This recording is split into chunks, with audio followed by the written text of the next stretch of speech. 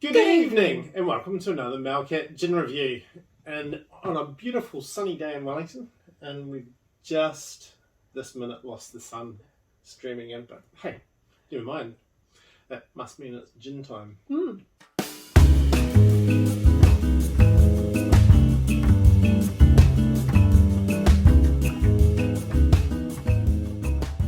Tonight we're reviewing Southward's Coffee Gin, which is going to be an interesting one. I don't think we've had a coffee gin before. We've had a chocolate gin. I'm intrigued by this one. I'm always a little bit suspicious of flavoured gins, whether it's still got the gin qualities coming through. Anyway, enough about that. Southward's is a Wellington distillery based in Upper Cuba Street. Anyone familiar with Heyday Brewing? They're right there. So always keen to support local. What do we know? So Southward's, it's named after the family fishing boat. The website's quite interesting. They're all about storytelling. They like to tease a little bit. They say they give a few details, but not too many. They're encouraging people to come in and do a tour or a tasting with them. So that might be something for us to do in a future video. We'll do a tour. Anyway, they produce their gins in a 300 litre copper pot still called K, apparently named after the founder's grandmother. They do a mixture of traditional pot stilling, and then they talk about vapour distilling. So that's where you boil the alcohol and it travels up through the column of the still, and the vapour passes through the botanicals in a basket in the column. So the botanicals are sort of suspended yeah. rather than sitting in the pot where normally they would sit within the alcohol Within as the it's liquid. Yeah. Yeah. And they also talk about infusion. So they have a number of gins that are coloured. I think I've talked before. If you get a gin that's clear like this is, that usually means that means the flavour's been imparted through the distillation process, because you don't get colour coming through with your distillation. If it's coloured, then something's happened after distillation where they've infused the alcohol with additional flavours. Yeah, they do a blood orange gin, which apparently is quite nice, and I think we've yet to try that one. I don't think we've done it. No, we haven't. This is 45% ABV. It's quite a limited batch run, and they're still selling it, so perhaps it's quite popular and they decide to do more. It is quite a unique thing to do. It's not a traditional gin flavour. It is made with Raglan Roast coffee, which is quite a popular coffee, what do they call them? Roaster. And apart from that, I think it was it retails around the $89 mark. Yeah. And you can get it from more Wilson's and a few places online. I think they're still selling it on their website too. Yes, and as you said, their website is quite interesting. Let's see what we got. Well, that's interesting.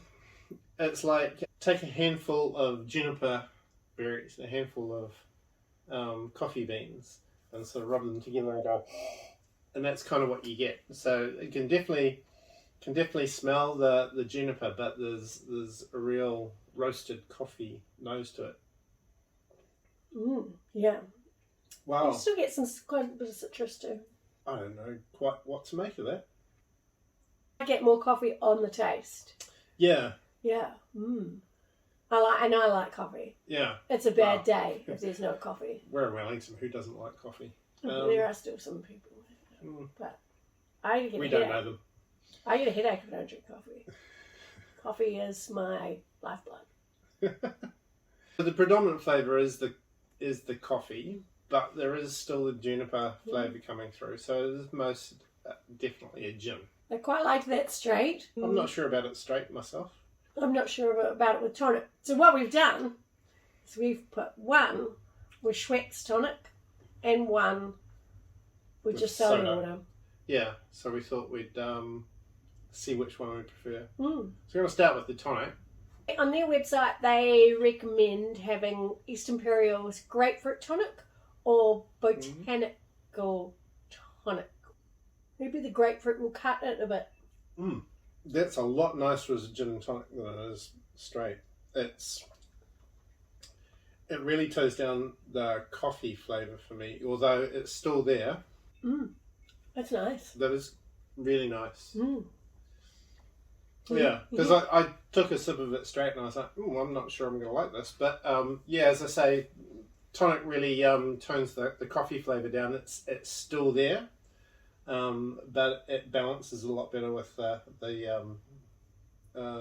traditional gin flavours. It's like a traditional dry gin that's got a little bit of a coffee hint to it, which is quite nice.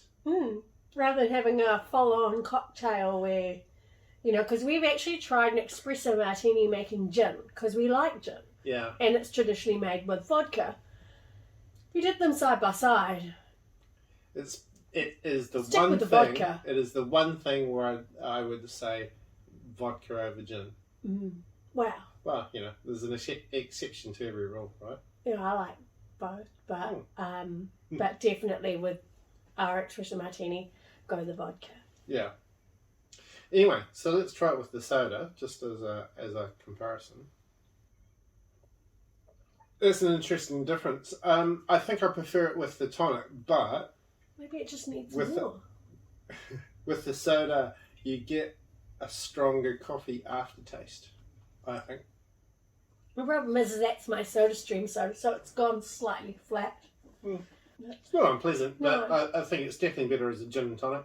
It was an experiment. We weren't sure what the flavours are going to be like, so I'm not sure I'd go too fancy with the tonic flavour. I suppose you could. Does anyone make an orange flavoured tonic? Coffee and orange? Oh, a Jaffa. Jaffa. Not just another Aucklander. Yeah, that's right. It could be an interesting mix. Definitely growing on me. I wasn't sure about this one, but yeah, I don't mind it. Worth the crack. Gin is all it is.